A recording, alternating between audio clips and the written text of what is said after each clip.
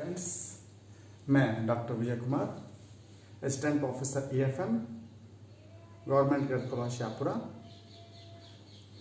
Student, आज अपन राजस्थान में आर्थिक पर्यावरण बीकॉम पार्ट सेकंड EFM का पेपर फर्स्ट है। उसमें भारत में निर्धनता के बारे में बात करेंगे आज हम।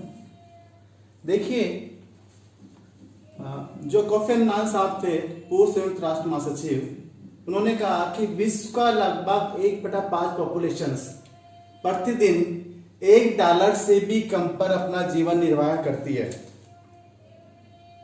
यह एक क्रूड माप है, लेकिन ये दर्शाता है कि प्रतिदिन की भूख, दुख एवं बीमारी जिसे किसी भी मानव मात्र को नहीं झेलना चाहिए।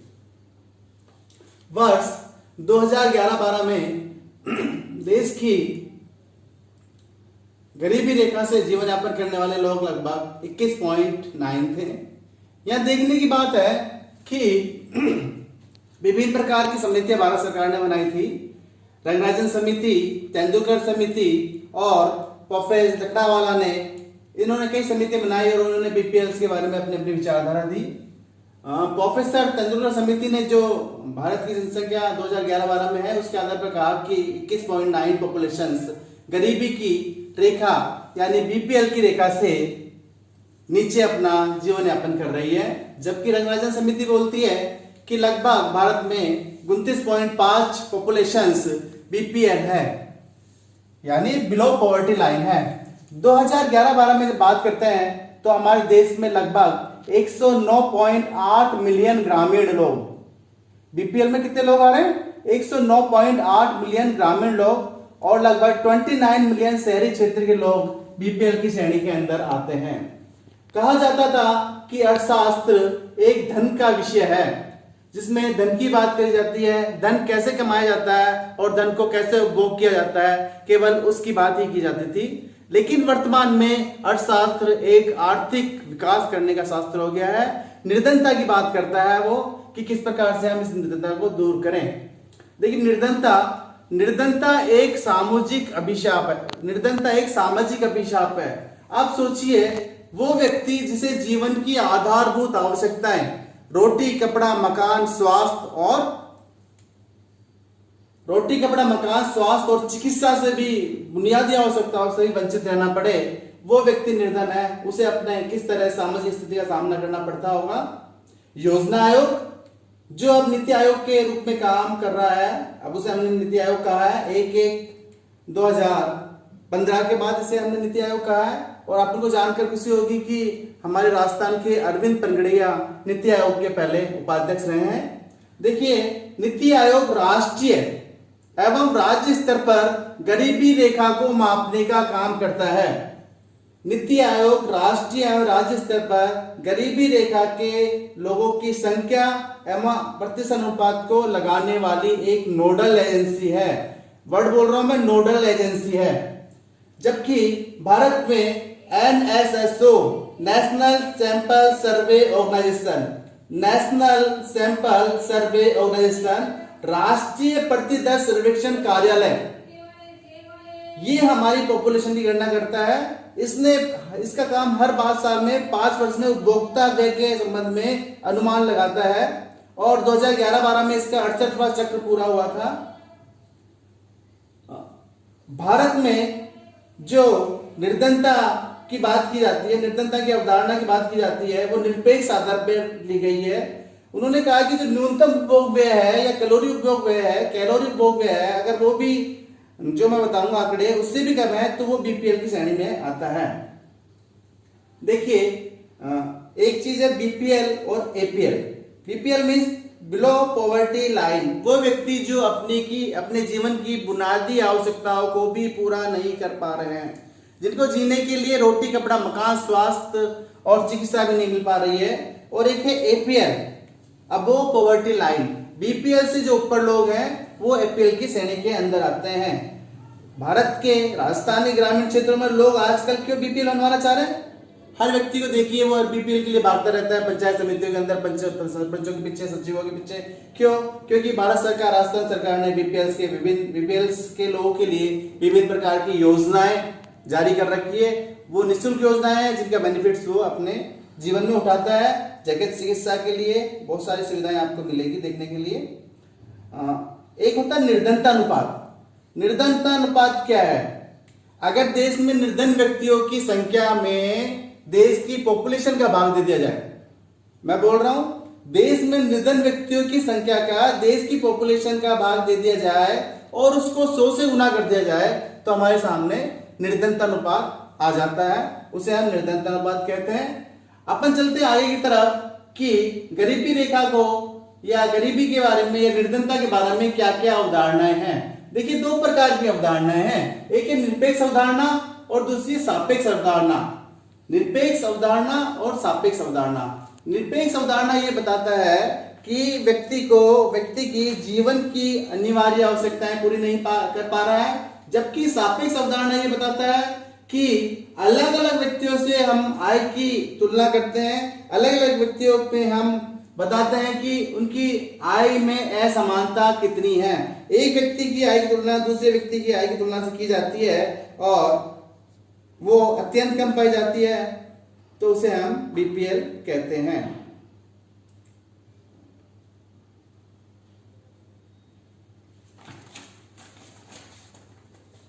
बात करते हैं हम कि प्रोफेसर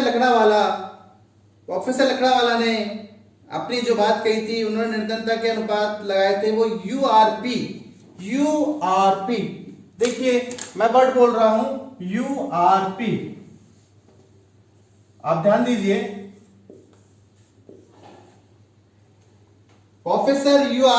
प्रोफेसर लकड़ावाला ने यूआरपी यूनिफॉर्म प्रेफरेंसेस पीरियड पद्धति के आधार पर निर्धनता का अनुपात लगाया था, निर्धनता की बात की थी। और योजना आयोग ने 2005 में सुरेश डी तेंदुलकर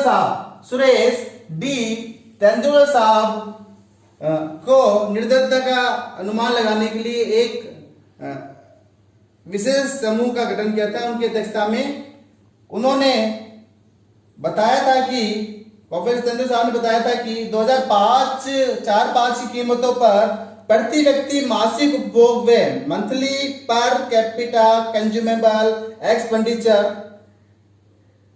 की बात की थी। उन्होंने बताया था कि 2004-5 की कीमतों पर यदि व्यक्ति 446.68 रुपए एवं, मैं बात कर रहा हूं प्रोफेसर तेंदुलकर की समिति से संबंध में, रुपए ग्रामीण क्षेत्र में, विलेजिंग क्षेत्र में एवं 578.80 रुपए अगर शहरी क्षेत्र में प्रति व्यक्ति मासिक उपभोग नहीं कर पा रहा है। मैं वापस बोल रहा हूं, आप देखिए, अगर कोई व्यक्ति ग्रामीण क्षेत्र में है और 446.68 रुपए ग्रामीण क्षेत्र में है और 446.68 रुपए अपने मासिक उपभोग व्यय नहीं कर पा रहा है एवं अगर 578.80 रुपए शहरी क्षेत्र का व्यक्ति अगर वो खर्च नहीं कर पा रहा अपने जीवन में मासिक उपभोग व्यय पर, तो वो बीपीएल है, वो बिलो पॉवर्टी लाइन वाला व्यक्ति माना जाएगा। ये आपने 2004-5 के हैं, 4-5 की बात की है मैंने यहाँ पे। एनएसएसओ ने, आगे बात करते हैं हम कि एनएसएसओ में समझ गया आप, NSSO national sample survey organisation of India, NSSO ने निर्धनता की निरपेक्ष अवधारणा को स्वीकार किया है। निरपेक्ष अवधारणा, वो अवधारणा जिसमें व्यक्ति अपनी जीवन की न्यूनतम आवश्यकताओं को भी पूरा नहीं कर पाता है। उन्होंने कहा, तेंदुलकर समिति की जो अनुशंसा थी उसके आधार पर बीपीएल की गणना की योजना आयोग ने 2011-12 में। उन्होंने कहा, अखिल भारतीय स्तर की बात कर रहे हैं हम, उन्होंने कहा कि 816 सो 2011-12 की, ये बात थी 2004-5 की। ये बात कर रहे हैं हम 2011-12 की। 2011-12 में यदि व्यक्ति जो ग्रामीण क्षेत्र में है, ग्रामीण क्षेत्र में 816 रुपए, और जो शहरी क्षेत्र में है 1000 रुपए, अगर उनका मासिक उपभोग व्यय MPCE अगर मासिक उपभोग व्यय इन रुपयों से कम है तो व्यक्ति वो निर्धन है। वो व्यक्ति निर्धनता रेखा से नीचे अपना जीवन यापन कर रहा है।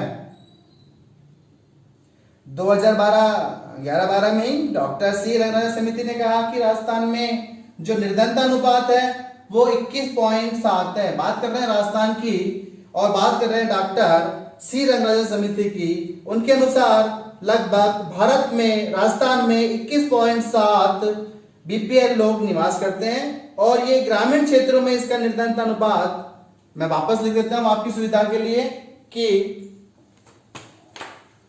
वेट कीजिए आप, क्योंकि राजस्थान की बात कर रहे हैं हम, तो राजस्थान की बात के लिए आपको टॉपिक भी अपना है। और हमारे यहाँ पर देखिए निश्चित रूप से ये टॉपिक न केवल स्टडीज अपने सेकंड ईयर के लिए इंपोर्टेंट रखता है, बल्कि हमारे जितने भी कॉम्पिटिटिव एग्जामिनेशंस हैं उनमें बीपीएल की बात निश्चित रूप से पूछी जाती है, चाहे गेस्टेड पोस्ट के एग्जामिनेशंस हो या आप नॉन गेस्टेड पोस्ट के एग्जामिनेशंस हो, बीपीएल की बात निश्चित रूप से क्वेश्चन के रूप में आती है। मैं आपसे बात कर रहा था कि राजस्थान में निर्धनता अनुपात कितना है। देखिए अलग अलग प्रोफेसर्स ने अलग अलग समिति बनाई है, अलग अलग समिति के आधार पर अलग अलग प्रॉपर्टी लाइन्स की बात की जाती रही है। तो मैं यहां बात कर रहा हूं डॉक्टर सी रंगराजन,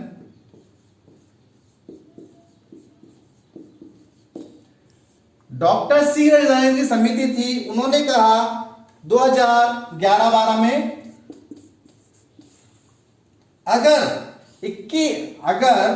उन्होंने कहा कि राजस्थान में निर्धनता अनुपात 21.7 है। राजस्थान में निर्धनता अनुपात, ये बात कर रहे हैं हम निर्धनता अनुपात इन राजस्थान 21.7 है।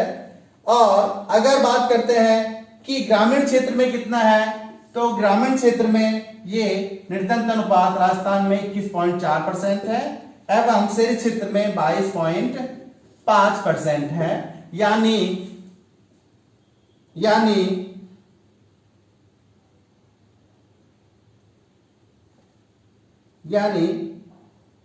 राजस्थान के गांवों में जो लोग निवास कर रहे हैं 21% चार पॉपुलेशन के लोग निर्धनता बीपीएल बिलो पॉवर्टी लाइन जीवन यापन कर रहे हैं, और शहरी क्षेत्र में 22.5। ये आंकड़ा आपके सामने प्रस्तुत किया है, नवीनतम आंकड़ा है। और अगर पॉपुलेशन की बात करें कि कितने लोग, कुल 151.5 लाख व्यक्ति राजस्थान में निर्धन है, बीपीएल है।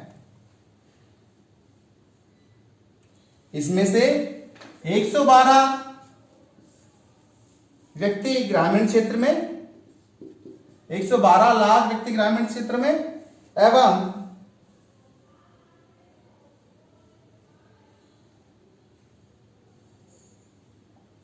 39.5 व्यक्ति शहरी क्षेत्र में हैं।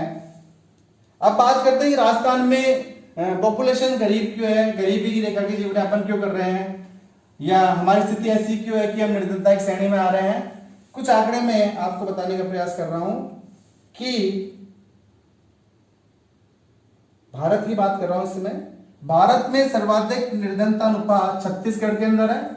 छत्तीसगढ़, याद रखिए ये केवल न इस सेकंड ईयर के लिए बल्कि किसी भी कंपटीशन के लिए ये टॉपिक एक महत्वपूर्ण है, अपना मुख्य उद्देश्य रखता है। इसको परीक्षा में निश्चित रूप से इसके मार्क्स आएंगे 47.9। इसलिए मैं बात को भारत स्तर से लेते लेते राष्ट्रीय स्तर पे आ रहा हूं। भारत की बात करी हमने, भारत की निर्धनता की बात करी, भारत की गरीबी की बात करी, उसके बाद हम राजस्थान में आए।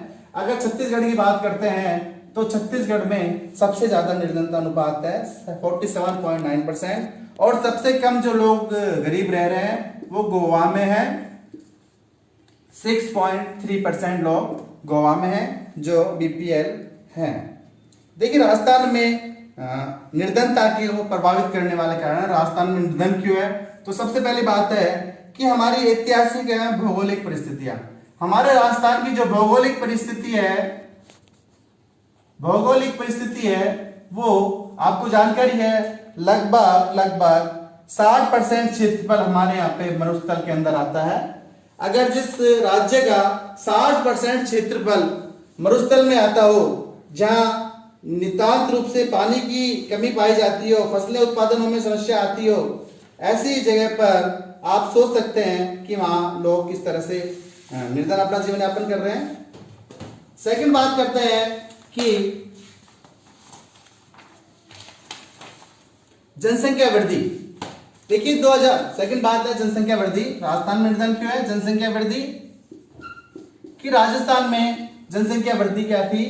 अगर बात करते हैं राज्य में वृद्धि दर 2001-2011, देखिए अपन को पता है 2001-2011 क्यों बताइए, क्योंकि हर 10 वर्ष में जनसंख्या पॉपुलेशन काउंटिंग होती है, 10 वर्ष के अंदर होती है, इसलिए हम वृद्धि दर की तुलना करेंगे तो 10 वर्ष ही करेंगे।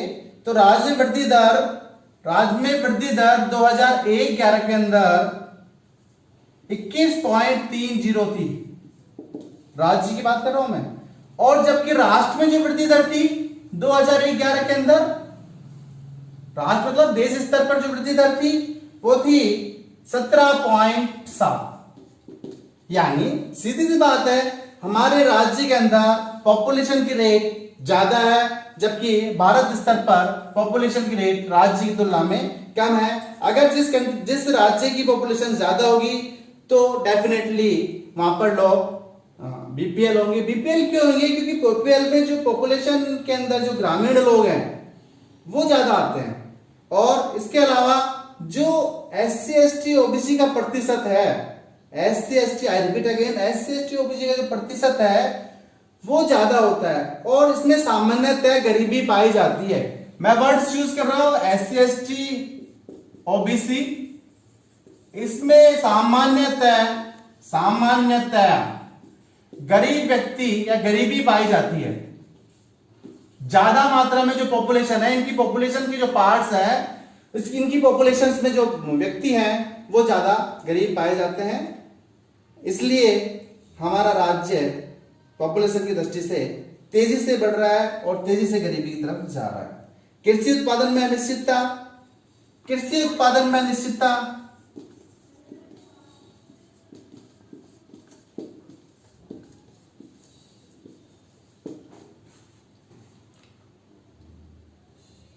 राज्य की बात कर रहे हैं, राजस्थान राज्य की बात कर रहे हैं, तो हम देखिए स्वतंत्रता प्राप्ति या योजना काल जो हमने प्रारंभ किया 1951 के बाद, उससे लेकर आज तक अगर 7 वर्षों को छोड़ दें, हम 7 इयर्स को छोड़ दें, तो राजस्थान में हमेशा अकाल, सूखा, चारे का अभाव, पानी की समस्या हमेशा बनी रही है 7 ईयर को छोड़कर।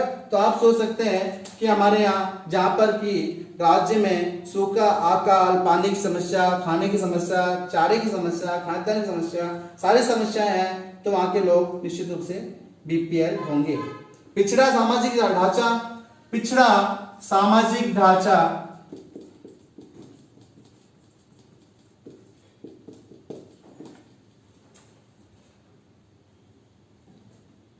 राज्य में न्यूनतम 20% परिवारों की आर्थिक स्थिति बहुत पिछड़ी हुई है। मासिक उपभोग व्यय भी बहुत कम है। स्त्रियां और बच्चे कुपोषण का शिकार हैं। सामाजिक ढांचे के अंदर जो स्त्रियां हैं और बच्चे हैं, फीमेल्स एंड चाइल्ड्स, 20% जो बीपीएल है, बहुत बिलो पॉवर्टी लाइन है, उनमें महिला और बच्चों की स्थिति बहुत खराब है। खाद्यान्न मूल्यों में वृद्धि,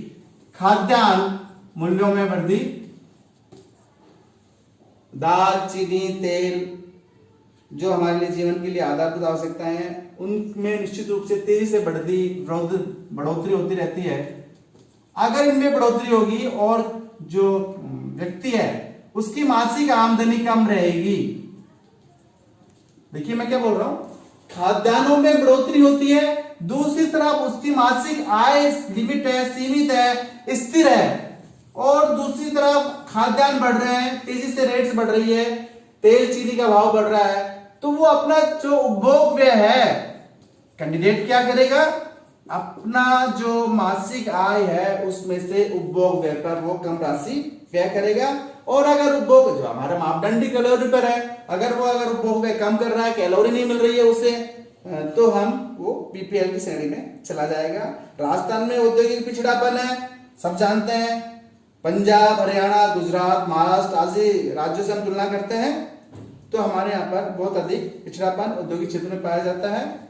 तो बात करते हैं आगे जाके कि राजस्थान में गरीबी का निवारण कैसे किया जाता है, कैसे कर सकते हैं हम, गरीबी को दूर कैसे कर सकते हैं।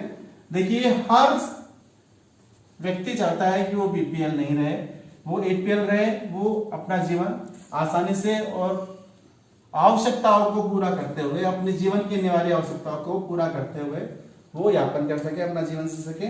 तो देखिए, राजस्थान में गरीबी निवारण के उपाय,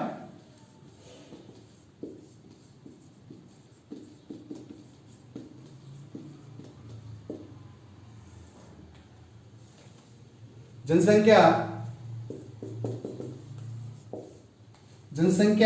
वृद्धि दर पर प्रभावी नियंत्रण लगाना चाहिए। जनसंख्या वृद्धि दर पर प्रभावी नियंत्रण लगाना चाहिए, जनसंख्या कम की जानी चाहिए। दूसरी बात करते हैं, प्रदेश में रोजगार की निश्चित योजनाएं बनानी चाहिए। रोजगार की निश्चित योजनाएं, अगर निश्चित योजनाएं हैं और व्यक्ति को रोजगार मिलता रहेगा तो बीपीएल कम हो जाएगा। सामाजिक सेवाओं का विस्तार किया जाना चाहिए, सामाजिक सेवाओं का विस्तार। भूमि सुधार कार्यक्रम है, उनको प्रभावी ढंग से लागू किया जाना चाहिए। सार्वजनिक निर्माण कार्य को बढ़ावा दिया जाना चाहिए। जो योजनाएं हैं वो ग्रामीण क्षेत्रों में ज्यादा से ज्यादा और उनको रोजगार देने वाली योजनाएं लाई जानी चाहिए, जिससे कि वो रोजगार प्राप्त कर सके और आय या आमदनी प्राप्त कर सके। अगर व्यक्ति की आय या आमदनी मिलेगी तो निश्चित रूप से वो मासिक उपभोग व्यय ज्यादा करेगा। लघु एवं कुटीर उद्योग धंधों को बढ़ावा दिया जाना चाहिए। जो ग्रामीण क्षेत्र में लघु उद्योग है, हस्तशिल्प उद्योग है, कुटीर उद्योग है, उनको अगर हम प्रोमोट करेंगे, उनको हम आगे बढ़ाएंगे तो ग्रामीण क्षेत्र में बीपीएल की समस्या कम होगी। और सबसे अंत में कृषि क्षेत्र है, उसके अंदर कृषि क्षेत्र में रिसर्च अनुसंधान को बढ़ावा दिया जाना चाहिए। क्यों?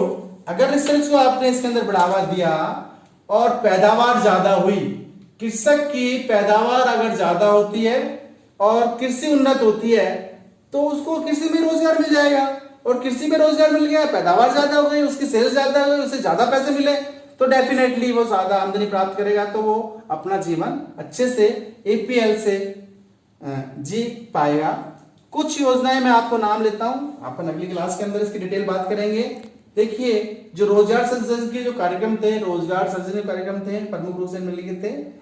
एकीकृत ग्रामीण विकास कार्यक्रम आईआरडीपी, ग्रामीण युवाओं को रोजगार हेतु प्रशिक्षण ट्राइसेन, जवाहर रोजगार योजना, क्षेत्रीय विकास कार्यक्रम, सूखा संभावित क्षेत्रीय कार्यक्रम, मरु विकास कार्यक्रम, जनजातीय क्षेत्रीय कार्यक्रम, अरावली विकास कार्यक्रम, ये बहुत सारे प्रोग्राम्स इंडिया लेवल पर और राजस्थान लेवल पर सरकार ने जारी किए और इनके लिए अलग से अध्याय में अपन बात करेंगे।